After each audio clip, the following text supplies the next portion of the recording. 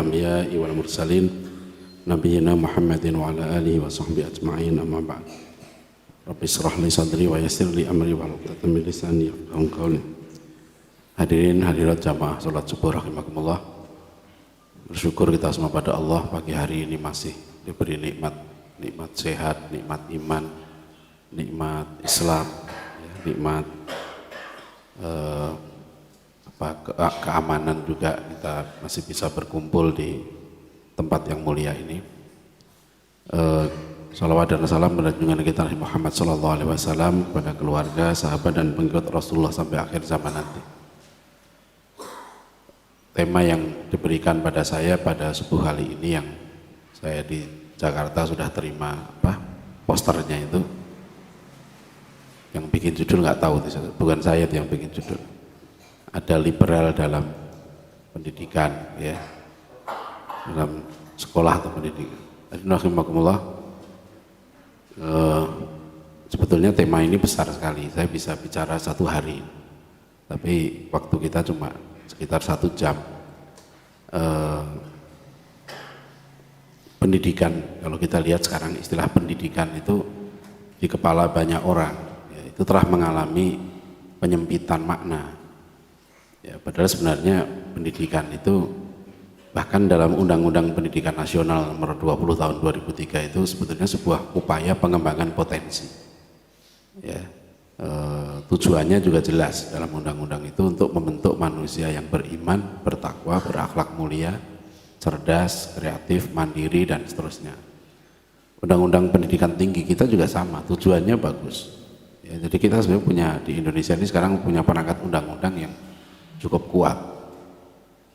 Dan jangan dikira bahwa perjuangan menetapkan undang-undang ini mudah. Ya, tahun 89 kita tahu ada perdebatan yang sangat keras.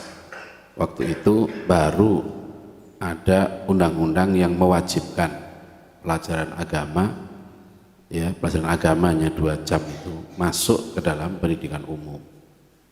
Ya, itu baru resminya dalam undang-undang ya tahun 89. Dan diajar oleh orang yang seagama. Ya, kita ingat waktu itu banyak orang-orang muslim yang sekolah bukan di sekolah negeri maupun di sekolah Islam, ya, banyak di sekolah non muslim. Para ulama resah secara politik kemudian memperjuangkan supaya wajib tuh pelajaran agama. Itu salah satu keberhasilan kita. Tapi kalau kita ingat, ya, penyempitan makna pendidikan ini kemudian di kepala banyak orang kalau disebut pendidikan ya sekolah. Ya, saya kalau dikasih CV mesti riwayat pendidikan, ya, mesti dari SD, SMP, SMA, S1, S2, S3. Ya. Setelah S3 apa enggak dididik lagi? Ya, enggak ada lagi riwayatnya kan gitu. Setelah S3 sudah enggak ada lagi, sudah tamat pendidikannya. Nah, ini sebetulnya kan menyesatkan. Istilah itu aja sudah menyesatkan karena banyak pendidikan yang kemudian tidak masuk dalam istilah pendidikan itu sendiri. Saya sering dipersoalkan, saya SD, SMP, SMA, saya S1, saya Fakultas Kedokteran Hewan, ya, kemudian S2 saya Hubungan Internasional, ya, S3 saya Peradaban Islam. Sekarang saya mimpin S2, S3 Pendidikan Islam. Ya, jadi saya mimpin program dokter pendidikan Islam. Banyak mahasiswa saya kiai, dekan, ya, pimpinan pesantren, guru, ya, dan sebagainya. Padahal saya nggak pernah formal kuliah pendidikan Islam. Ya, tapi boleh. Ya, ternyata ya saya ditugaskan oleh kiai saya, Profesor Din Hafidudin. Ya, karena dulu saya nyantri di Ulil Albab.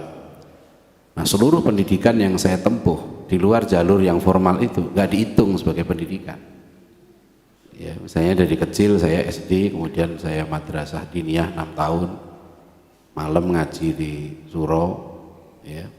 SMP saya begitu juga, malam ngaji, mulai kecil dulu di kampung ngaji kitab-kitab tradisional, kitab Sulamut Taufik, Safinatun Najah, ya, Bidayatul Hidayah, Arba'in Nawawiyah, ya, hadis-hadis Arba'in itu SMP itu dulu saya harus menamatkan kitab-kitab itu, dan itu tidak resmi, artinya kita ngaji di suro, ya, tamat gitu ya, kitab-kitab itu. SMA, saya masuk SMA tapi juga di pondok.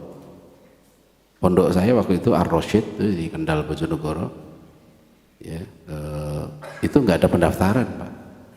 Jadi datang itu lapor sama Pak Kiai mau ngaji gitu, diantar orang tua, oh ya silahkan cari kamar sendiri, ya, cari kamar sendiri. Nggak ada listrik waktu saya di pondok, waktu itu belum ada listrik tuh di pondok, jadi makannya pakai sambal aja, ya, pakai kerupuk itu udah bagus. Sayurnya waloh, saya masih ingat, satu mangkok Rp25 untuk berempat. Itu ketika itu ya, tapi ngajinya serius. Ya, Pak Kiai itu kalau ngajar nahwu, sorof, ngajar fikih, itu kalau pelajaran kemarin misalnya tidak dihafal, Pak Kiai pulang nggak mau ngajar lagi. Kalau sorof nggak dihafal tuh amtilatut tasrifiyah, fa'ala yafulu fa'lan tuh nggak hafal, kita suruh berdiri sampai pengajian selesai. Ya, pernah ada Oma Irama datang waktu itu ke Bojonegoro, habis tuh satu pesantren. Masih itu. Padahal Pak Kiai melarang, siapa yang nonton Oma Irama dihukum. Saya alhamdulillah nggak nonton. Tinggal 4 biji nggak salah di pondok itu yang nggak nonton Oma Irama. Yaitu tetap kita ngaji. Ya, akhirnya bener santri pulang jam 12 malam itu ya, suruh nguras kali, nggak tanggung-tanggung, kali depan pesantren itu suruh nguras itu, apa namanya, lumpurnya itu di pesantren itu dulu itu, dan saya merasakan itu luar biasa pendidikan. Saya madrasah diniyah itu gurunya satu, kadang-kadang satu orang guru ngajar 3 kelas sendirian, ya. Beliau itu nggak pernah berhalangan, ya, kecuali sakit itu baru nggak masuk.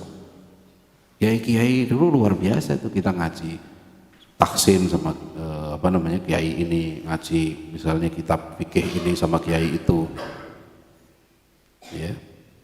Sambil saya sekolah umum, saya di sekolah SMA SMPP dulu, SMA Negeri 2 sekarang. Saya menceritakan ini dulu ya, di kalangan kita sebetulnya di tradisi umat Islam dulu sudah ada kesadaran itu untuk kamu jangan hanya belajar umum loh, tapi harus belajar agama. Nah, sekarang sebetulnya sistem sekarang jauh lebih canggih, saya lihat banyak sekarang ini sekolah-sekolah boarding school, ya, sekolah-sekolah Islam berkembang luar biasa. Tapi yang tadi saya mau ceritakan adalah bahwa pendidikan saya di pesantren, ya, kemudian saya ke Ulil Albab, saya ngaji mulazamah dengan beberapa ulama, itu semua nggak masuk dalam daftar riwayat pendidikan, nggak diakui. Ya, karena sekarang ini formalisme dalam pendidikan sudah sangat kuat. Yang namanya pendidikan itu adalah formal. Nah, inilah yang kita perlu memahami, sebab ini yang saya sebut sebagai sekolahisme. Ya, semua pendidikan, ya, yang sebetulnya adalah proses thalabul ilmi yang tidak formal, tidak diakui sebagai pendidikan, ya. Nah, ini yang akhirnya menyebabkan kita kehilangan gambaran pendidikan yang sebenarnya. Jadi kalau kita mau mencontoh pendidikan ini adalah asas kebangkitan, ya. Saya sering mengungkapkan kisah kitabnya Dr. Majid Irsan Al-Gilani itu, hakadha dhaharu jilu Salahuddin wa hakadha adat al-Quds, demikianlah bangkitnya generasi Salahuddin dan demikianlah kembalinya Al-Quds. Kitab ini menarik karena Dr.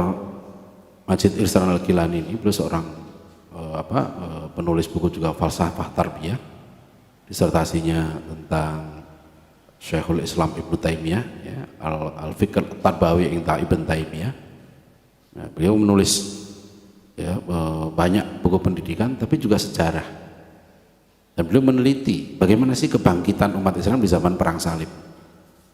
Kota Yerusalem sempat dikuasai oleh pasukan salib, ya, selama 88 tahun. Dari 1099 sampai 1197.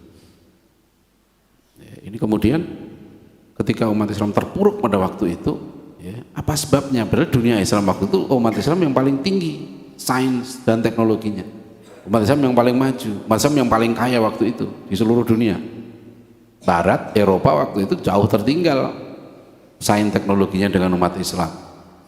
Ya, ilmu pengetahuannya jauh tertinggal ratusan tahun. Bayangkan saja misalnya ya, sebagai gambaran sederhana, Abu Raihan Al-Biruni yang meninggal kalau tidak salah 1035 Masehi, itu sudah bisa menghitung diameter bumi, ya, sudah bisa menghitung lingkar bumi, yang selisih dengan perhitungan modern sekarang tidak lebih dari 25 km waktu itu. Ya, bagaimana astronom, beliau pakar astronomi, beliau ahli dalam matematika, ya, beliau juga ahli dalam perbandingan agama. Beliau ke India, melakukan riset di India, belajar bahasa Sanskerta, dan menulis kitab tentang agama Hindu, Kitabul Hind. Jadi beliau itu ilmuwan ensiklopedik. Jadi kalau orang sedang belajar studi agama-agama, itu kita sudah punya pakarnya dari dulu, sejak abad ke 10 Masehi itu sudah ada. Nah, sementara Eropa saja namanya ilmu perbandingan agama itu, ya, ilmu studi agama itu baru abad 19. Itu baru mereka belajar studi agama, dan ironisnya nanti kalau kita lihat di perguruan tinggi sekarang ini justru metodologi yang dari barat itu yang dikembangkan. Jadi sains teknologi tapi kenapa kalah, itu masalahnya umat Islam waktu itu. Ada khalifah waktu itu, Khalifah Abbasiyah ada, di Baghdad ada. Ya, tapi kenapa kemudian Yerusalem sampai hancur?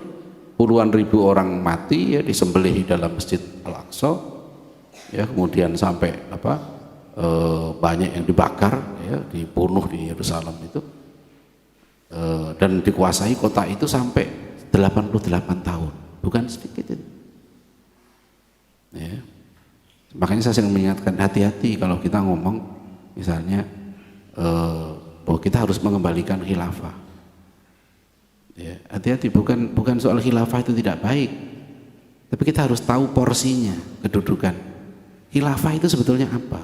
Khilafah itu institusi politik Islam, dan sebuah institusi politik Islam seperti institusi yang lain, seperti institusi pendidikan, institusi politik, institusi kesehatan, lembaga itu sangat tergantung kepada orangnya. Makanya Rasulullah SAW yang terpenting beliau bukan membangun daulah Madinah, tapi yang terpenting Rasulullah itu menyiapkan generasi terbaik, khairul qurun qarni. Sebab nanti dalam sejarah Islam khilafahnya ada, institusinya ada, syariah berlaku, tapi khalifahnya memble, khalifahnya jahat, khalifahnya zolim. Ya, ketika itulah kemudian hancur umat Islam. Andalusia itu juga jatuh di masa kekhalifahan. Jadi kalau kita mau mendirikan khilafah, yang harus kita siapkan itu khalifahnya dulu. Siapa khalifahnya, siapa yang mau jadi menterinya, siapa yang mau jadi jenderalnya, siapa mau jadi polisinya, siapa mau jadi hakimnya, siapa yang mau jadi tukang batunya. Sebab sekarang kita ini di umat Islam, pendidikan untuk mencetak tukang batu yang soleh aja nggak ada. Nyari tukang batu yang rajin sholat, yang nggak ngerokok, susah. Ini yang fair aja, yang tiap hari kita butuhkan gitu kan. Nyari tukang servis yang profesional, yang jujur, yang soleh, di mana sekolahnya, di mana pesantrennya. Ya, nyari satpam, gitu, yang soleh, yang ngajinya bagus, ya, di mana pendidikannya. Kampus saya itu Ibnu Khaldun sudah setahun mencari satpam nggak ketemu. Satpam yang nggak takut sama mahasiswa. Saya tanya rektor, ini gimana nih motor mahasiswa itu seenaknya? Mahasiswa ini jadi penjahat sebenarnya. Nah, dia naruh motor aja nggak bener, dia nggak peduli dengan orang lain. Jalan itu sempit, dia taruh motor di jalan. Sudah kita kasih tempat parkir. Ini potensi jadi penjahat ke depan. Dia nggak peduli dengan orang lain. Iya kan? Saya bilang untuk apa dia diajar tinggi-tinggi, diajar ilmu macam-macam, dan naruh motor aja nggak bisa. Itu adab. Ya, saya kemarin sudah bicara panjang lebar tentang adab. Ya, makanya para ulama kita dulu adab dulu, tekankan adab. Ya, Imam Syafi'i mengatakan aku mencari adab itu seperti seorang ibu yang mencari anak satu-satunya yang hilang. Ibnu Mubarak mengatakan kadal adabu thulutsaidin, porsinya adab itu hampir-hampir 2/3 agama, ya, sepertiganya ilmu. Ya, anfusakum wa ahlikum naro, kata Ali bin Abi Thalib, itu artinya apa? Adibuhum wa allimuhum, didiklah keluargamu itu adab, didiklah keluargamu itu ilmu. Ya, Profesor Al-Attas dari tahun 77 waktu konferensi pendidikan internasional di Mekah sudah mengingatkan dunia Islam, problem yang paling mendasar yang kita hadapi di dunia Islam sekarang ini adalah loss of adab, hilang adab. Ya, jadi karena kita hilang adab jadi biadab, karena hilang adab nggak tahu lagi meletakkan sesuatu pada tempatnya yang betul, bersikap yang betul itu tidak tahu. Bagaimana harusnya bersikap pada orang tua, bersikap bersama saudara muslim, nggak ngerti lagi adab. Ya, kalau Imam Malik mengatakan ta'allamul hilm qoblal ilm, belajarlah kamu sikap kasih sayang sebelum ilmu, itu adab. Ya, jangan heran kalau kemudian antar sama muslim, kadang-kadang antar ustadz juga gitu, saling caci maki. Ini soal adab yang dulu para ulama kita sudah menekankan betul, hati-hati loh, ilmunya tinggi bisa biadab. Ya, seorang ulama menasihati anaknya, itu ditulis dalam kitabnya Ibnu Jama'ah, Tadhkiratus Sami fi Adabil Alim, Tadhkiratus Sami wal Mutakallim fi Adabil Alim wal Muta'allim. Ya bunayya asribil fuqaha wal ulama, wahai anakku bergaullah dengan para fuqaha dan ulama. Dari dulu pendidikan itu suhbah, yaitu pendidikan itu suhbah dengan guru, gitu kan. Makanya kalau Imam Syafi'i menyebutkan kan, lantanalal ilma illa bisittatin, kamu nggak akan dapat ilmu kecuali dengan 6 hal. Ya, bakain, dengan kecerdasan, wahirsin, dan sifat tamak ilmu, haus ilmu. Ya, kalau tidak haus ilmu tidak mungkin, tidak ada dapat ilmu. Wastibarin, dan sabar, ya, wabulghatin, dan biaya. Mencari ilmu itu perlu biaya, kata Imam Syafi'i. Sekarang aneh nih, banyak orang Pak nyari beasiswa. Saya bilang kamu tuh kebalik cara berpikirnya, bangga betul dapat beasiswa, padahal kalau dapat beasiswa dia nggak beramal, ya kan? Kalau dia punya duit, dia untuk nyari ilmu, nyari ilmunya yang benar, tapi ya berarti dia jihad, itu dapat pahala, iya kan? Kan orang itu nggak mau tuh mengeluarkan duit untuk kuliah. Ada, Pak, ada beasiswa nggak S2? Saya bilang, kamu punya duit nggak? Enggak. Terus gimana? Ya nyari beasiswa. Terus kalau nggak ada beasiswa kamu nggak kuliah? Ya enggak. Nah, kamu terbalik cara berpikirnya. Saya bilang, ini berpikirnya jangan begitu. Kamu kuliah nanti dapat duit. Gimana caranya? Kuliah aja. Ya kuliah kan bayar, ya pokoknya kuliah aja nanti kamu dapat duit. Itu udah banyak resep itu saya berikan, banyak itu. Gimana caranya? Udah ngutang dulu aja. Nanti kalau nggak bisa bayar gorim kamu itu. Kalau nggak bisa bayar, kalau masih ada yang bisa dijual, jual. Dulu para sahabat Rasul begitu. Iya, kalau mau mengecek satu hadis saja dijual hartanya. Karena itu jihad. Ya, malah jihad yang tinggi gitu. Jadi sekarang ini karena ilmu sudah jadi komoditi gitu ya, akhirnya hilang tuh ruh, kelezatan ilmu itu hilang. Jadi kalau Imam Syafi'i wabul ghatin tadi itu, wa irsyadi ustadzin, dan ada pembimbingan guru, nggak bisa nyari ilmu itu. Ini banyak yang salah nih Pak di di kalangan kita. Misalnya menyebut orang seperti Buya Hamka itu adalah otodidak. Mahasiswa saya kasih soal, tokoh-tokoh kita yang otodidak adalah ya, A. Buya Hamka, B. Ya Hasyim Asy'ari, C. Ahmad Dahlan, D. misalnya Haji Imam Zarkasi. Ini jawabnya Buya Hamka itu otodidak, ya kan? Buya Hamka itu belajar tanpa guru katanya. Mereka menyebut otodidak karena Buya Hamka tidak sekolah kan gitu, tidak kuliah. Ya. Ini yang salah, Buya Hamka tidak otodidak. Buya Hamka itu gurunya pertama kali ayahnya sendiri, ayahnya seorang ulama besar. Lihat proses Buya Hamka sampai menjadi ulama itu bisa kita lihat perjalanannya. Beliau berguru pada ayahnya sendiri. Beliau berguru sama Haji Agus Salim. Sampai pernah Buya Hamka itu mau menetap di Mekah. Ya.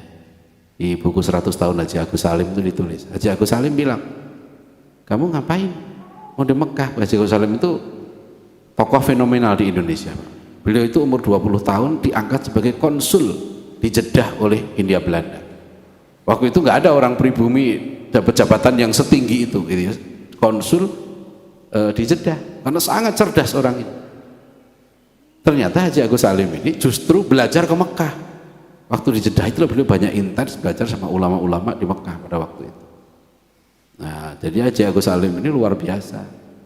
Sempat juga beliau itu kan pegawai Belanda, jadi disuruh mengamat-amati syarikat Islam. Akhirnya malah Haji Agus Salim jadi tokoh syarikat Islam.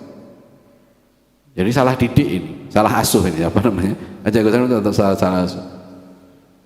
Apa nasihat pada Buya Hamka? Itu menarik itu bagi saya. Buya Hamka, kamu jangan tetap di Mekah, kalau mau jadi ulama kamu kembali ke Indonesia, belajar sama ayah kamu.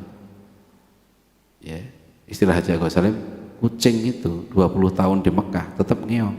Nah, itu. Kamu kalau 20 tahun di Mekah nanti pulang jadi tukang doa.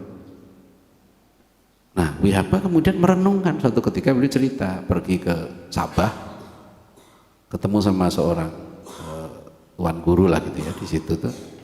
Betul ternyata kata Hamka, ditanya, "Tuan, apa cikgu ini berapa lama di Mekah?" 20 tahun. Kata, "Oh ya bener ya nasihatnya Agus Salim dulu. Jadi kalau pulang kamu jadi tukang doa." Bukan di Mekah, tapi mungkin Haji Agus Salim itu melihat potensi Buya Hamka ini yang luar biasa. Ya, beliau nasihatkan kamu pulang ke rumah ke Indonesia dan kamu jadi ulama itu di sana. Karena beliau nanti berguru betul. Beliau ke Jogja berguru dengan Ki Bagus Hadikusumo. Beliau belajar sosiologi kalau tidak salah dengan Ki Mangun Sarkoro. Beliau belajar politik dengan Haji Agus Salim. Jadi guru-guru beliau ini orang-orang hebat. Inilah dulu tradisi ilmu pendidikan dalam Islam. Imam Syafi'i, lihat gurunya berapa puluh tuh Imam Syafi'i. Ya, jadi mereka berguru ya kepada orang-orang yang alim. Jadi berguru itu bukan pada gedung. Ya, orang sering nanya saya, sekolah yang baik di mana? Nah, itu saya sering dapat pertanyaan, "Pak, sekolah yang bagus di mana?" Ini bagus nggak? Saya bilang, bukan begitu bagus ya. Siapa gurunya? Gitu. Ya, kalau ada yang nanya ke saya, seorang tokoh juga, "Anak saya mau lanjut S2, S1-nya psikologi. Bagusnya di mana? Apa? Kampus yang baik di mana?" Bukan kampusnya. Anda mau belajar sama siapa? Anda mau belajar ilmu apa? Ya, itu. Jadi sekarang ini ya kita salah paham nih. Sekolahisme ini sudah sangat parah. Sampai orang tua itu berhenti mengaji setelah lulus kuliah karena menganggap dia telah selesai cari ilmu, sudah tamat gitu, karena menyamakan tolabul ilmi dengan tolabul madrasah. Perintah Rasulullah tolabul ilmi faridatun ala kulli muslimin, bukan tolabul jamiah, bukan mencari kampus, bukan mencari sekolah. Yang wajib itu cari ilmu gitu. Sebab ilmu yang wajib dicari itu mungkin ada di sekolah, mungkin tidak ada. Ilmu yang wajib dicari itu mungkin ada di kampus, mungkin tidak ada. Bahkan mungkin di kampus itu merusak ilmunya. Dia dikasih ilmu-ilmu di sekolah-sekolah itu, dikasih ilmu-ilmu yang bertentangan dengan ajaran agamanya. Ya. Sampai sekarang ya kita, meskipun sekarang alhamdulillah saya mengatakan bahwa perkembangan pendidikan di Indonesia ini alhamdulillah dari undang-undangnya banyak harus kita syukuri, meskipun ini panjang perjuangannya, Pak. Dulu kita punya sistem pendidikan sebelum Belanda datang, ya kan, sistem pendidikan pesantren dan madrasah sudah berkembang. Di Betawi misalnya yang banyak itu madrasah. Ya, di sini sudah dari Sunan Ampel berdiri sekolah terpadu. Mungkin Sunan Ampel itu pesantrennya bisa kita sebut sekolah terpadu. Itu nggak main-main, Sunan Ampel itu yang nyantri di situ itu anak raja. Raden Patah. Sunan Ampel sendiri menantu Raja Muda Mojopahit. Beliau luar biasa pendidikan yang digembleng oleh Sunan Ampel. Lihat para wali dulu waktu itu punya pesantren-pesantren. Sunan Bonang punya pesantren, ya, Sunan Derajat punya pesantren, Sunan Kudus. Ya. Kemudian tokoh-tokoh kita pun sudah banyak mendirikan pondok-pondok pesantren. Ini yang tertua dekat kita di Pasuruan, Sidogiri itu sudah 300 tahun umurnya. Ya, saya pernah ke Inggris waktu itu keliling 21 hari. Saya tulis buku, silahkan dibaca buku saya. Ya, perjalanan ke Inggris itu Muslimlah daripada liberal. Salah satu yang saya ungkapkan di sana kepada Pak Dubes kita waktu itu adalah kenapa kok kalau kita ke luar negeri gitu ya, ke luar negeri itu simbol-simbol Indonesia itu sama sekali nggak ada bau Islam. Simbol Indonesia itu Borobudur, ya, Prambanan, ya, kemudian Islamnya di mana? Indonesia itu negeri mayoritas Muslim. Dan Pak Duta Besar itu kebetulan Pak Duta Besarnya itu anak tokoh Dewan Dakwah. Ya, sekarang salah satu dirjen di Kementerian Luar Negeri. Beliau. Jadi orang-orang Eropa senang dengan Indonesia karena Indonesia itu Islamnya moderat. Saya tanya, kalau Indonesia itu negeri Muslim, di mana simbolnya? Nggak ada. Saya masuk ke kantor kedutaan itu nggak ada simbol Islam. Yang ada kan patung gitu. Kenapa itu bisa terjadi? Negeri kita mayoritas Muslim, tapi simbolnya nggak ada Islamnya. Nah, ini kan dari pendidikan, aspek pendidikannya yang dulu diterima sejak di sekolah begitu. Pendidikan sejarah kita diarahkan bahwa kita itu pernah jaya, Nusantara ini pernah bersatu di dua kerajaan, satu kerajaan Buddha Sriwijaya, dua kerajaan Hindu Majapahit. Itu jadi ini yang glorifikasi Majapahit itu terus menerus diajarkan pada saya dulu sampai anak-anak saya. Anak saya kuliah sejarah sekarang ya begitu juga diajarkan sama terus menerus. Padahal kalau kita salah mempersepsikan masa lalu, kita salah mempersepsikan masa depan. Al-Quran itu sebagian besar isinya sejarah. Ya. Cerita tentang Adam, cerita tentang iblis, cerita tentang Nabi Nuh, ya, Nabi Ibrahim, ya, Nabi Lut dan sebagainya. Itu kisah-kisah masa lalu. Cerita Ashabul Kahfi, Ashabul Ukhdud. Itu penting karena kalau kita nggak bisa mempersepsikan masa lalu kita, anak-anak kita di sekolah nggak paham dia mau kemana sebenarnya. Ya, itu kenapa saya kritisi selalu bahwa kita masih dipaksa mengakui asal usul kita ini monyet. Karena kita dipaksa untuk menghilangkan asal usul manusia yang paling penting, bahwa kita dulu itu pernah hidup di alam arwah. Alastu birabbikum qalu bala syahidna. Ya, kita pernah, sejarah nenek moyang kita itu sejarah nabi, sejarah perjuangan menegakkan tauhid. Maka kita ada di sini sekarang ini melanjutkan perjuangan nabi gitu. Nah, itu yang dipotong dari sejarah kita. Nusantara ini kelanjutan perjuangan Rasulullah SAW. Dulu disinilah Rasulullah SAW sudah mengirim para sahabatnya untuk menyebar ke seluruh dunia. Dalam khutbatul wada, fal yuballigh asyahid al-ghaib, hendaklah kalian yang hadir menyampaikan kepada yang tidak hadir. Maka sebagian besar sahabat Rasulullah meninggal di luar Madinah, sampai ada yang ke Cina, ke Asia Tengah. Hampir pasti ada yang ke Nusantara, cuma nggak tercatat. Itu hanya ada di Hikayat Raja Pase itu ada disebut seorang ulama yang datang ke sini. Ya, nggak ada yang tegas siapa, tapi saat Nabi Waqqas meninggal di Cina. Kalau ke Cina waktu itu hampir pasti mampir ke Nusantara. Seperti masa Khalifah Utsman bin Affan, ya, radhiyallahu anhu, sudah ada hubungan diplomatik dengan Cina. Jadi sudah tukar menukar duta besar, ya, sekitar dengan dinasti Tang waktu itu. Berarti sudah ada hubungan yang sangat akrab antara Nusantara ini dengan Timur Tengah waktu itu. Nah, sehingga kita sekarang ada di sini, keberadaan kita sebagai Muslim di Nusantara ini melanjutkan lagi perjuangan proses Islamisasi yang belum selesai. Ya, para pendahulu kita telah melahirkan prestasi dakwah yang luar biasa, yaitu mengislamkan negeri ini. dari negeri yang 100% bukan muslim menjadi negeri yang hampir 100% muslim. Sekarang kita mempertahankan yang 85% ini aja tidak mudah. Ya kan? Dulu mereka datang ke sini, di sini bukan muslim, kerajaan-kerajaan juga bukan muslim. Gimana itu tokoh-tokoh yang datang ke sini bisa mengislamkan raja-raja? Berarti yang datang ke sini bukan orang sembarangan. Itu yang salah dalam buku-buku sejarah digambarkan. Yang datang ke sini para pedagang dari Gujarat sambil berdagang, sambil berdakwah. Memang sambilan dakwah itu di sini. Iya, gambar di mata anak-anak kita itu sambilan dakwah itu, enggak ada. Orang-orang yang datang ke sini dulu itu meninggalkan keluarganya, meninggalkan negerinya, dan mereka tidak berniat kembali ke negerinya. Mereka netap di sini. Niatnya satu, mengislamkan negeri ini karena ini amanah Rasulullah.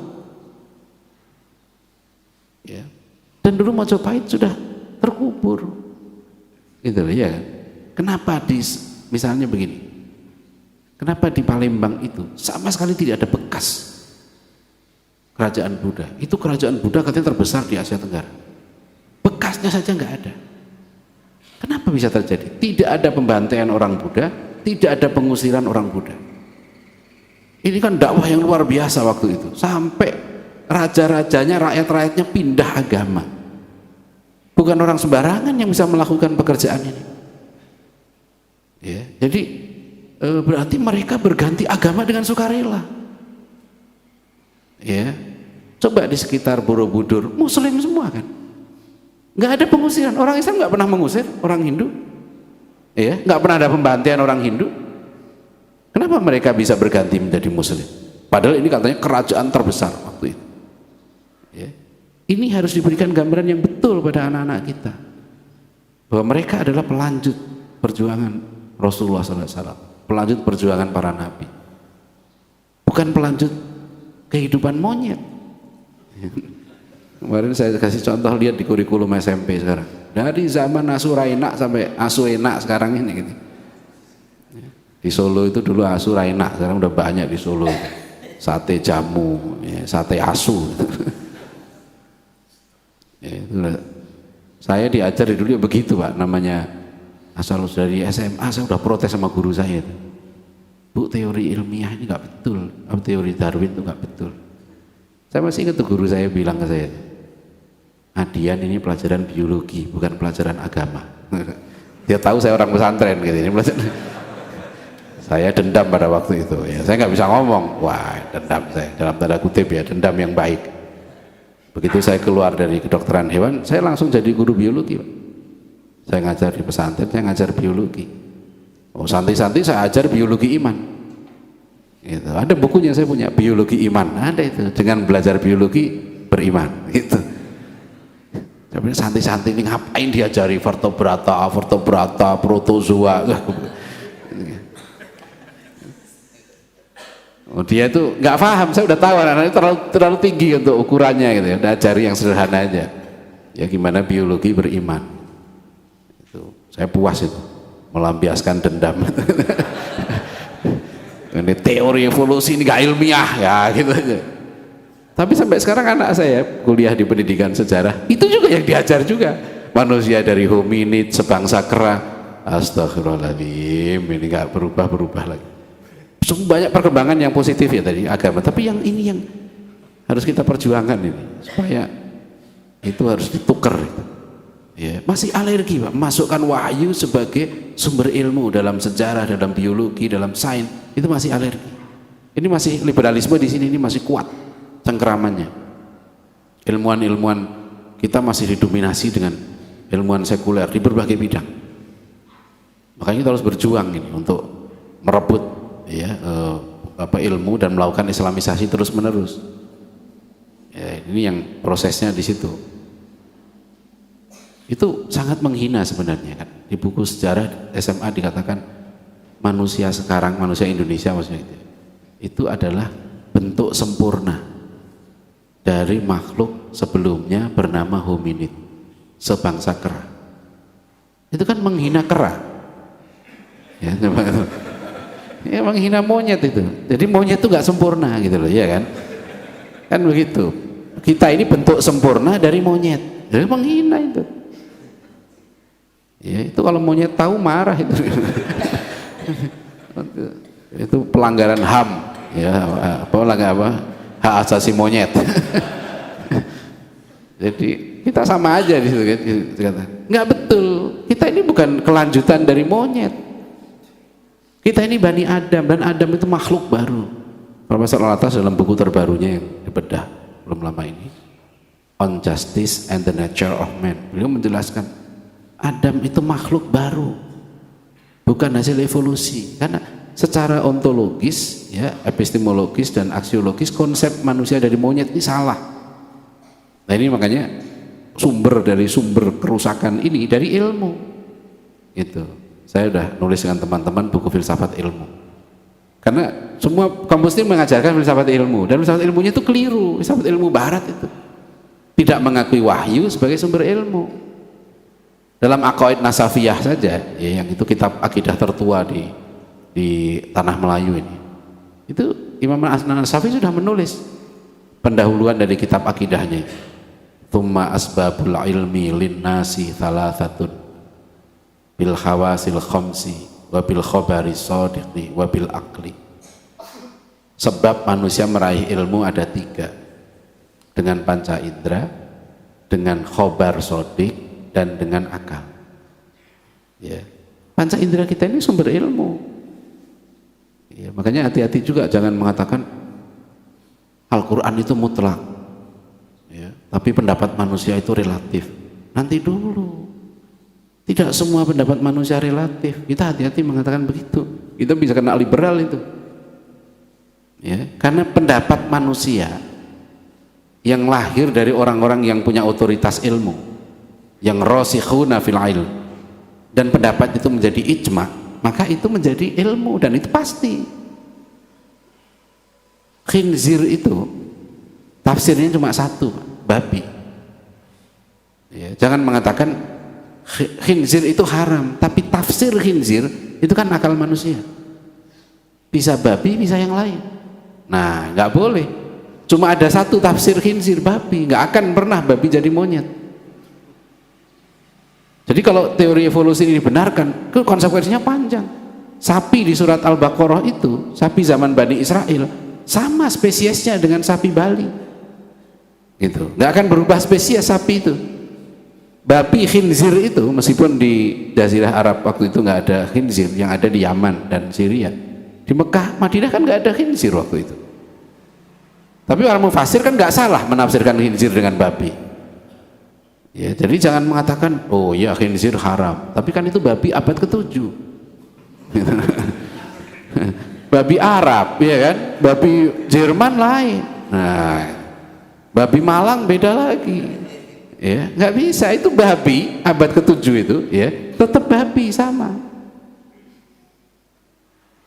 Apa itu, siapa itu yang dari Turki itu?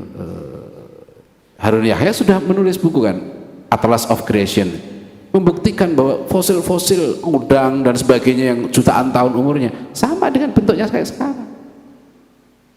Mereka nggak pernah bisa membuktikan bahwa ada satu spesies yang dulu, apalagi manusia, ini antar hewan saja, apalagi menjadi manusia, karena manusia itu bukan fisiknya kan, manusia itu kan ruhnya. Kalau pepatah Arab mengatakan akbil ala nafsi wa aksin fadailaha fa innaka bin nafsi la bil jismi insanun. Hadapkan dirimu pada jiwamu dan sempurnakan keutamaan jiwamu itu, sebab kamu disebut manusia karena jiwamu, bukan karena tubuhmu. Manusia itu nggak penting Pak, jalannya ngesot, punya ekor, mulutnya monyong atau enggak, itu nggak penting. Bukan substansi manusia di situ. Substansi manusia adalah akalnya, jiwanya itu. Manusia itu bulunya lebat, punya ekor, ada yang jalannya ngesot, itu bukan substansinya. Sekarang lihat dalam antropologi teliti kan bentuk fisiknya, volume otaknya sekian. Loh, kalau nyari volume otak yang besar itu kuda Nil. Pithecanthropus erectus ada perkembangan gitu, volume otak makin besar. Yang paling besar itu otak kerbau sama kuda Nil, volume otaknya paling besar. Jadi dipaksa-paksakan kita mengakui teori gen, katanya gen simpanse sudah 99% strukturnya sama dengan manusia, gen lalat buah, gen babi itu masih 60-an%. ada perkembangan struktur gen mendekati manusia. Itu tidak betul, karena struktur gen itu 1% itu sampai sekarang nggak ada yang bisa membuktikan. Oke, silahkan buktikan sekarang. Didik simpanse jadi manusia, Anda punya nggak metode? Suruh simpanse kuliah di Brawijaya, ya, sampai S3 sekalipun, ya, tambah cerdas apa enggak? Suruh simpanse kawin sama profesor, ya. Lahir anak setengah simpanse setengah profesor, bisa enggak? Nggak akan terjadi, karena yang namanya hakikat manusia, nah ruh itu kan bukan entitas materi. Akhirnya ilmu nggak masuk ke bidang ini. Ini yang kita perlu hati-hati dalam dunia pendidikan kita, masih diharamkan itu. Ya, dan dalam dunia pendidikan juga kita sekarang ini, jadi epistemologi ilmunya itu nggak mau mengakui wahyu sebagai sumber ilmu. Oh, itu pelajaran agama katanya. Makanya di buku sejarah dikatakan yang benar yang mana. Jadi kalau pelajaran agama mengatakan manusia dari Adam, kalau pelajaran sejarah dan biologi mengatakan manusia dari hominid. Yang betul yang mana? Di buku itu dikatakan dua-duanya betul. Itulah. Yang satu ini kebenaran agama, yang satu kebenaran sains. Nah, anak dididik untuk menjadi split personality, menjadi apa namanya, ragu, tashkik, akhirnya dia menjadi ragu. Iya ya, kuat sekali ya itu bukti-bukti ilmiah, katanya bukti-bukti ilmiah, fosil-fosil ini. Kita kan nggak tahu fosil ini fosilnya siapa. Ada bukti fosil itu dipalsukan juga. Geraham gorila dipasangkan seolah-olah ini geraham hominid, Pithecanthropus erectus. Oke, kalau memang fosil-fosil ini ada makhluk sebelumnya, apakah ini Bani Adam? Ya, ini menjadi enggak, ini bukan bidang kita. Sekarang ini yang jelas kita ini Bani Adam, kita keturunan Nabi. Itu yang penting. Dan misi kita sebagai manusia adalah melanjutkan perjuangan para nabi ini. Ya, walaqad ba'atsna fi kulli ummatin rasulan an ibudullaha wajtanibut taghut. Itu misi kenabian, menegakkan tauhid. Mengajak manusia untuk menyembah Allah semata-mata. Karena manusia itu cuma punya dua pilihan. Kalau dia nggak nyembah Allah, pasti nyembah setan. Itu misi kenabian. Apapun dia, gitu. Ketika manusia itu bolak jungkir balik apapun, kalau Anda nggak nyembah Allah, pasti Anda nyembah setan. Apa dalam surat Yasin itu diperingatkan, la ta'budu syaitan innahu lakum aduwwum mubin wa ani'buduni hadza siratul mustaqim. Jadi hadirin rahimakumullah, ya, ini masih di situ ini tantangan kita sekarang, sampai bawah, sampai atas, sampai perguruan tinggi itu. Ya, ini cengkeraman sekularisme ini sangat kuat sekali. Ya, epistemologinya. Kemudian juga pembagian. Pendidikan Islam itu di masa Rasulullah SAW itu berhasil membangun generasi terbaik. Dan generasi terbaik itu dibuktikan oleh Rasulullah, gitu ya. Sahabat-sahabat Nabi ini generasi yang kuat sekali fisiknya dan akalnya. Masyarakat Madinah itu punya dua ciri yang sangat menonjol. Masyarakat Madinah adalah masyarakat pembelajar, masyarakat yang haus ilmu, masyarakat yang scientific society. Kepada masyarakat seperti inilah Al-Quran itu diturunkan. Sehingga Al-Quran adalah satu-satunya kitab yang sejak awal ditulis dan dihafal. Tidak mungkin ada kesalahan di situ. Ya, lihat bagaimana penyusunan mushaf Utsmani itu sangat ketat. Bukan mushaf ini baru, tapi kemudian Khalifah Utsman bin Affan waktu itu membentuk tim dipimpin oleh Zaid bin Thabit membentuk mushaf ini. Ya. Jadi diverifikasi kembali istilahnya, dikodifikasi. Bahkan mushaf para sahabat yang tidak lengkap, ya, semuanya kemudian dimusnahkan. Karena kalau nggak dimusnahkan, nanti memunculkan masalah baru. Misalnya mushaf Ibnu Mas'ud, kabarnya mushaf Ibnu Mas'ud itu nggak ada apa qul a'udzu birabbil falaq, qul a'udzu birabbin nas. Karena sahabat ini kan tidak 24 jam bersama Rasulullah. Gitu, masalahnya di situ. Jadi ada saja catatan mushafnya yang lewat. Ya. Nah, kalau ini kemudian muncul ditemukan belakangan, loh, ini ada Quran. Ternyata Quran beda dengan Quran yang sekarang. Itu yang terjadi pada Bible sekarang ini. Ditemukan lagi Bible baru, kok beda-beda semua. Makanya umat Islam ini sekeras apapun konfliknya, nggak pernah konflik mushaf. Nggak pernah ada. Sejak zaman misalnya Ali Muawiyah gitu kan, konflik itu segala macam, begitu diangkat Mushaf Utsmani semua tunduk. Iya, nggak ada khilafiyah. Sekarang baru orang-orang liberal mulai mengungkit-ungkit kembali masalah Mushaf Utsmani. Sepanjang sejarah nggak ada. Umayyah, Abbasiyah, begitu keras pergantiannya, tapi mushafnya nggak ganti. Iya kan? Kita selamat umat Islam itu dari mushaf, dan karena itu tradisi ilmu yang sangat tinggi. Sampai sahabat Nabi itu luar biasa, haus mencatat. Ya, haus mencatat. Ini betul-betul ya kalau kita perhatikan ya, tradisi ilmu yang sangat tinggi di masa Rasulullah SAW. Dan yang kedua adalah budaya pengorbanan, karena orang ilmunya benar, dia nggak akan hubud dunia. Nah, ini yang sekarang dikritik oleh seorang filosof Spanyol, Jose Ortega. Itu dikutip oleh Profesor Muhammad Nur dalam bukunya Budaya Ilmu. Jadi ternyata pendidikan modern ini, kata Jose Ortega, ini mendidik manusia menjadi seperti binatang. Ya. Binatang itu dididik profesional di bidangnya. Ya. Kuda itu sebagai penarik pedati, susah ditandingi. Kerbau itu sangat profesional ya, dalam menarik bajak, nggak bisa digantikan ya, kuda. Dia jadi orang dididik seperti kerbau. Monyet itu profesional kalau dilatih ya, sebagai pelaku topeng monyet itu dia profesional sekali. Nah sekarang lihat ya, banyak manusia dididik seperti itu, suruh kerja keras gitu ya. Yang penting kasih makan aja ya kan, kasih gaji tinggi gitu ya. Kerja Senin sampai Jumat kerja keras ya, Jumat malam udah teler. Saya dengar dari kawan saya yang di Jepang, itu kalau sudah Jumat malam, kereta di Jepang itu sudah banyak orang teler. Mereka lepas dari pekerjaannya nanti mabuk-mabuk ya, Senin fresh lagi katanya kerja lagi. Begitu. Di Eropa saya lihat, di Inggris ya, itu kalau sudah Jumat malam, Jumat sore gitu, orang ngantri depan bar. Mau mabuk itu ngantri. Gitu. Itu kata teman saya BBC, kalau sudah Sabtu dini hari banyak kriminalitas, banyak orang mabuk. Mereka tidak tahu, tapi mereka profesional. Ya.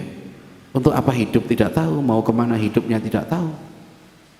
Hum ya'kuluna wa yatamatta'una kama ta'kulul an'am. Inilah yang sekarang menimbulkan banyak orang stres. Kehidupan modern ya, dilatih orang untuk dia profesional di bidangnya, tapi dia tidak tahu sejarahnya, tidak tahu untuk apa dia hidup, tidak tahu bagaimana dia harus beradab dengan orang tuanya dan sebagainya. Ya, ini tantangan kita bersama yang dalam pendidikan ini. Makanya sekarang kita tidak boleh terjebak dengan sekolahisme. Bukan berarti sekolah tidak penting ya, tapi sekolah itu sejauh bisa dimanfaatkan dan diperlukan harus tapi itu bukan yang pokok, sekali lagi termasuk sampai ke dokter. Saya sering mengingatkan para ustadz juga, kalau ada kesempatan dan diperlukan silahkan ambil dokter ya, karena sekarang ini di lembaga-lembaga formal itu jalur yang utama. Kalau kita tidak masuk ke jalur-jalur formal ini, akan dikuasai oleh orang lain dan pikirannya bisa menyesatkan ya. Kenapa kami di Dewan Dakwah dulu punya program kaderisasi 1000 ulama. Kami mencetak 200 doktor, 400 master, dan 400 yang non gelar, ulama-ulama non gelar, karena memang itu kita perlukan. Kampus-kampus kita harus diisi dosen-dosen yang baik. Sekarang ini banyak teman-teman yang tadi seperti khilafah tadi itu keliru, bikin sekolah gurunya nggak disiapkan, bikin kampusnya udah jadi gurunya nggak karu-karuan, akhirnya kacau balau. Siapkan dulu orangnya, gurunya, karena pendidikan itu tergantung pada guru yang baik, guru yang soleh. Nah, ini sekarang jadi yang jadi masalah lagi. Sekarang kita tanya, pendidikan guru yang baik di mana? Ya, itu coba sekarang kalau kita tanya, di mana kita didik anak kita jadi guru yang baik, guru yang soleh, guru yang mujahid, di mana sekolahnya? Ya, ini tantangan yang harus kita jawab. Saya juga sedih karena ini kampus-kampus Islam sudah puluhan tahun berdiri, inginnya dulu islamisasi, ternyata saya perhatikan salahnya di mana? Pertama di konsepnya, yang kedua di kualitas dosennya. Karena dulu ya ceritanya kita dulu itu Pak, kalau anak-anak kita pinter itu nggak tertarik untuk jadi guru. Saya baru paham mengapa Pak Nasir itu selalu mengutip pendapatnya Dr. Nieuwenhuis, orang Belanda. Ya. Beliau Dr.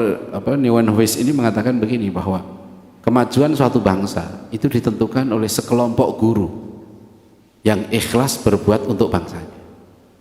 Gitu. Jadi kunci kebangkitan bangsa tergantung guru.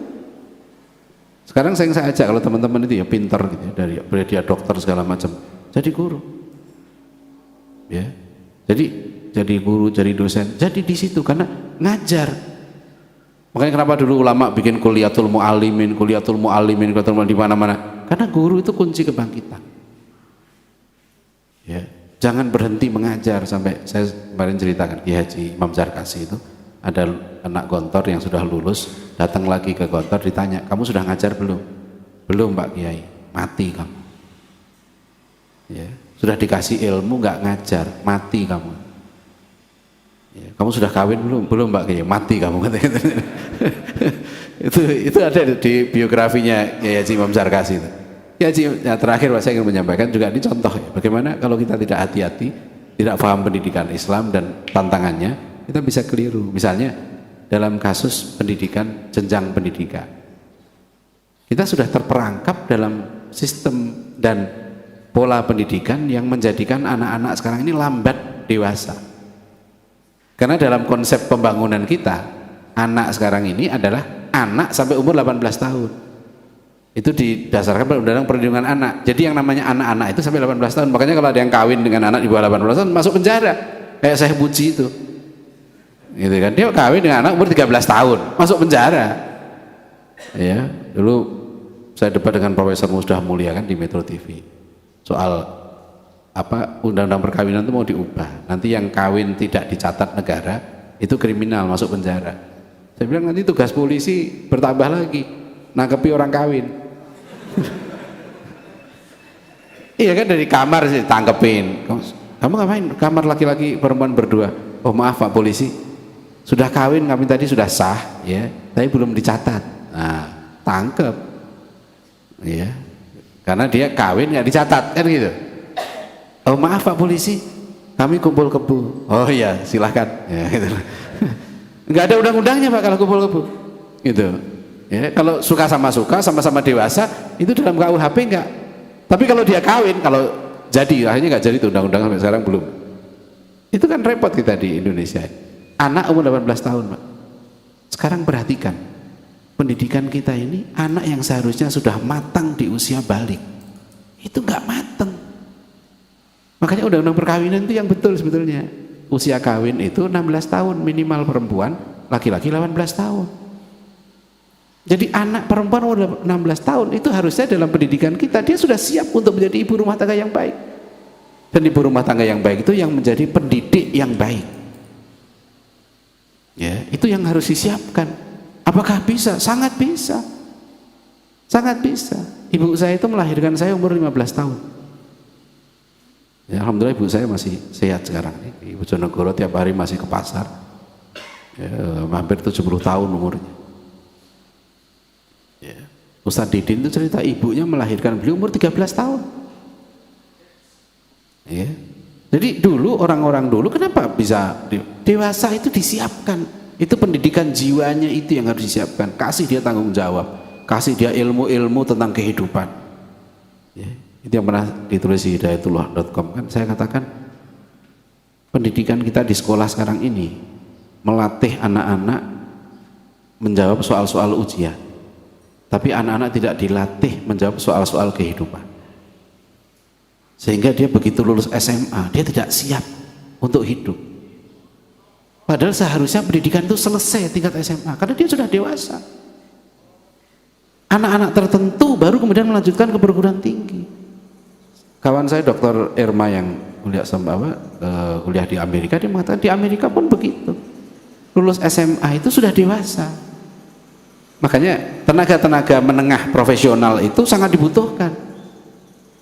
Sekarang pemerintah mengangkat untuk guru TK saja harus S1. Padahal dulunya guru-guru dulu lulus muallimin itu sudah dewasa. Kayak Imam Zarkasi itu mendirikan pesantren Gontor umur 16 tahun. Pak Nasir itu umur 18 tahun, kita lihat sudah matang, sudah menulis. Buya Hamka itu umur 12 tahun, beliau sudah membaca berbagai buku. Umur 17 tahun, 12 tahun, Buya Hamka sudah matang. Lihat biografi ulama-ulama kita dulu, matang di usia belasan tahun, Pak. Zubair bin Awam, Ali bin Abi Thalib, Thalhah bin Ubaidillah, umur 13 tahun mereka sudah matang. Maka Rasulullah mengangkat Usamah bin Zaid, umur 18 tahun sudah jadi panglima. Ya, tidak menutup kemungkinan ada anak-anak yang mampu. Nah ini sekarang karena dipatok gitu kan, SMA 18 tahun, 19 tahun. Enggak. Ya, jadi saya coba ini untuk anak saya sendiri umur 15 tahun saya kuliahkan, perempuan. Sekarang 17 tahun udah semester 4. Ya, tapi karena dia di rumah jadi saya sering diskusi, buku-bukunya saya baca. Terus anak saya ngeritik gurunya juga karena dalam psikologi perkembangan umur 20 tahun masih disebut dewasa awal. Gitu loh. Jadi 18 tahun itu remaja akhir. Nah, ini ilmu apa ini? Dan itu kan dipakai loh. Ya, kita hati-hati sehingga nanti anak-anak kita misalnya anak perempuan lulus sarjana sudah umur 24 tahun. Cari kerja, cari jodoh 26 tahun. Ya, sudah umur 30 tahun, kasihan sudah susah cari jodoh. Laki-laki udah apa namanya? Biasanya nggak mau, biasanya gitu ya. Saya karena Ustadz Arifin Ilham itu bilang ke saya, Ustadz, banyak ratusan profesional perempuan ini yang nyari mau jadi istri keberapa saja. Gitu. Saya belum minat masalahnya. Gitu. Istri saya belum nyuruh soalnya. Kalau saya konsepnya begitu, Pak. Jadi kalau mau kawin lagi itu harus istri yang nyuruh. Kalau istri belum nyuruh, berarti dia perlu dididik. Gitu. Emang begitu. Iya, itu termasuk pendidikan ini. Dan saya belum perlu mendidik istri saya karena saya belum perlu. Saya bilang ke istri saya itu soal takdir aja lah. Kalau pada saatnya Allah mentakdirkan kan masih terjadi, nggak mungkin ditolak gitu. Ya nggak usah dipikirkan, nggak usah dicita-citakan. Ya, tapi kalau Allah sudah ngasih, udah nggak mungkin ditolak, itu sudah takdirnya. Ya, ada yang kan harus diusahakan. Ya Anda juga usaha, kalau nggak takdirnya nggak bisa. Usaha itu yang pertama aja, ya, yang pertama. Yang kedua, 3, 4 itu takdir. Ya kan pernah saya bilang sama istri saya waktu saya di Malaysia. Ya, kalau misalnya Siti Nurhaliza waktu itu belum kawin Siti Nurhaliza. Ya.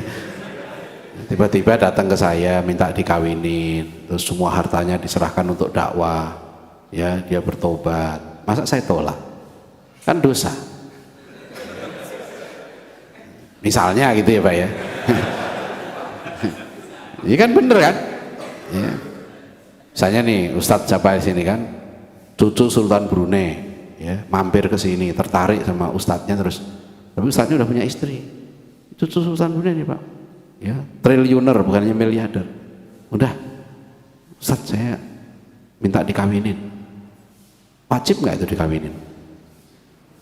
Nah itu wajib itu kalau begitu. Ini lihat kasusnya gitu loh, ya kan? Lihat kasusnya. Yang penting untuk dakwah.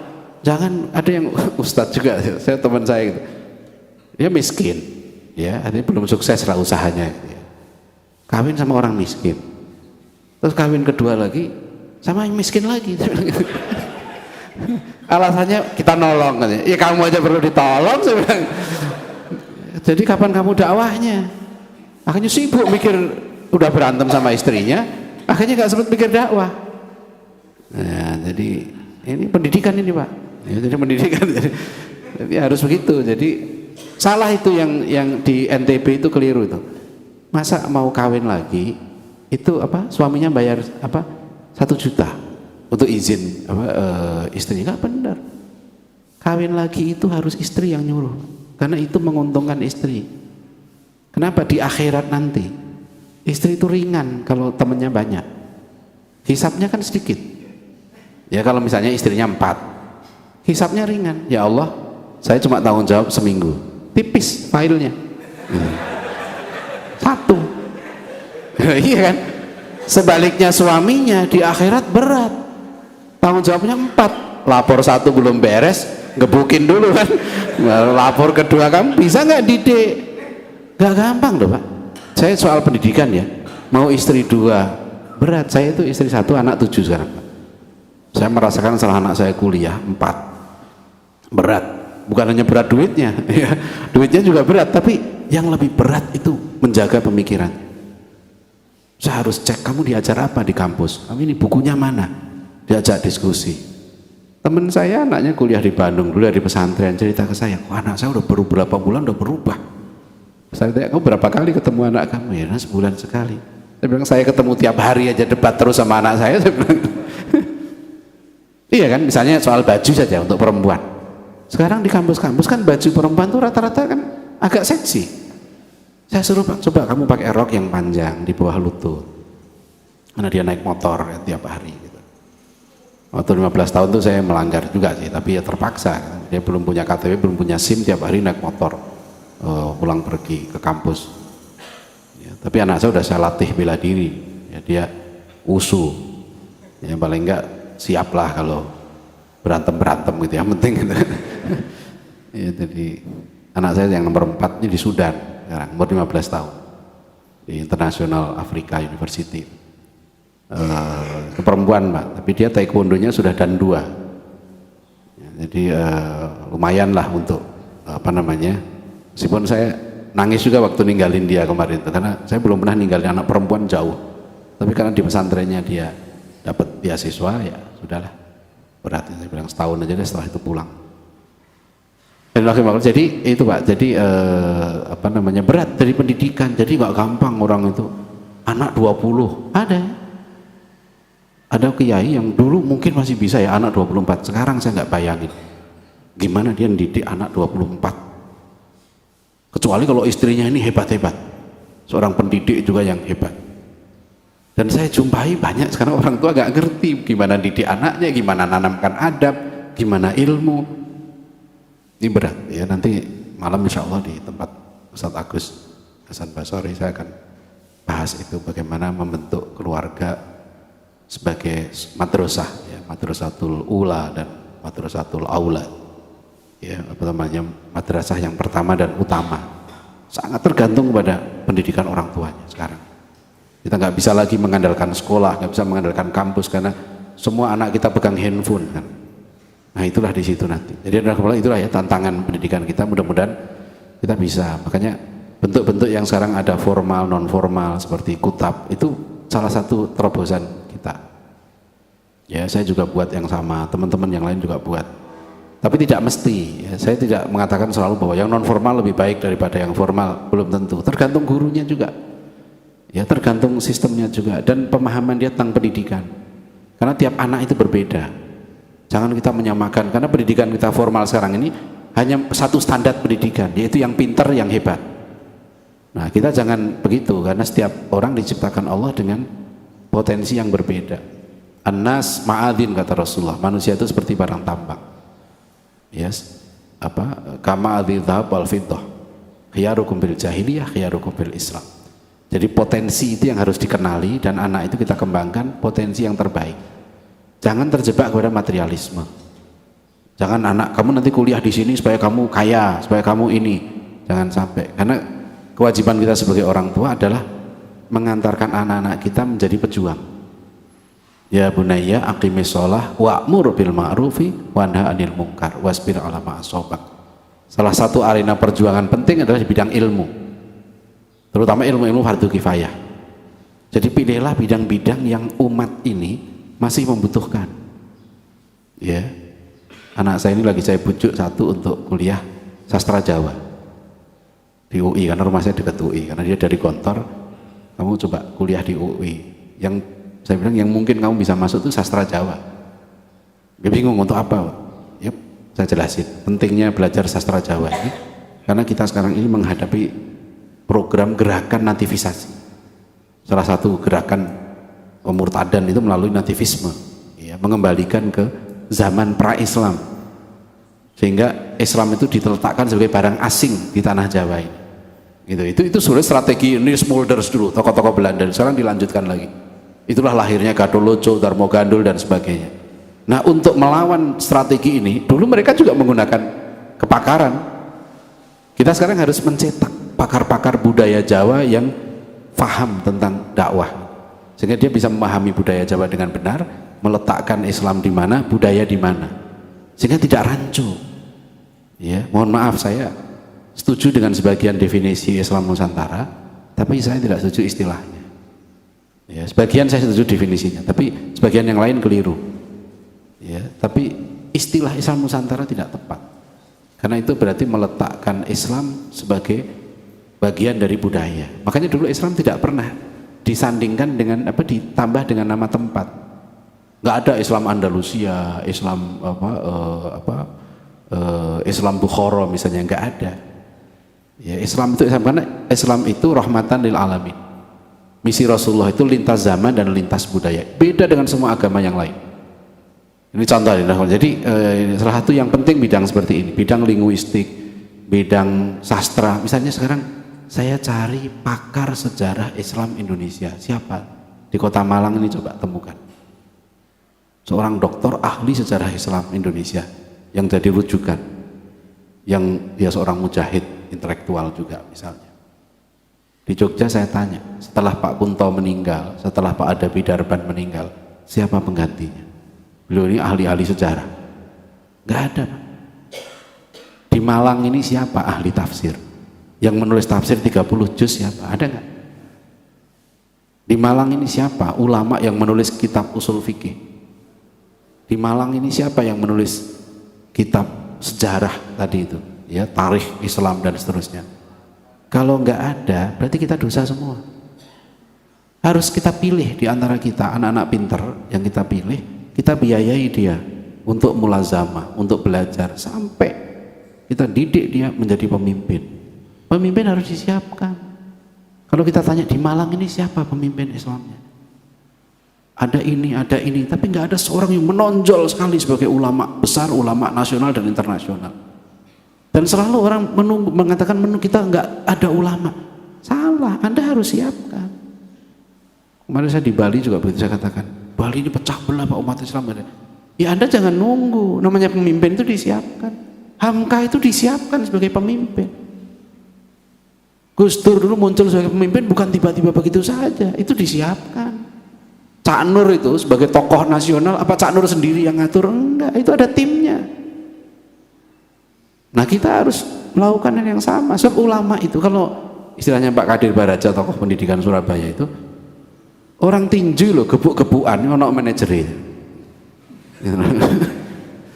Kon coba gebuk-gebukan tok lho ono manajer. Tapi ulama gak ono manajer. Harus kita siapkan, Pak. Potensi-potensi kita yang hebat-hebat ini jangan sampai idle, mandek. Ya, harus muncul sebagai pemimpin yang besar. Ini salah satu tugas bersama kita, sehingga nanti Malang ini menjadi pusat peradaban Islam dunia. Dan ini tergantung kepada para ulama. Mudah-mudahan dari Masjid Al-Ghifari ini ya bisa bersinar peradaban Islam nanti, munculnya para ulama, para ilmuwan dari sini. Karena selalu pendidikan peradaban itu dibangun dari orangnya, bukan dari institusinya. Ya, itu ya, saya kira demikian. Mohon maaf waktunya sudah lewat. Billahi taufik wal hidayah. Wassalamualaikum warahmatullahi wabarakatuh.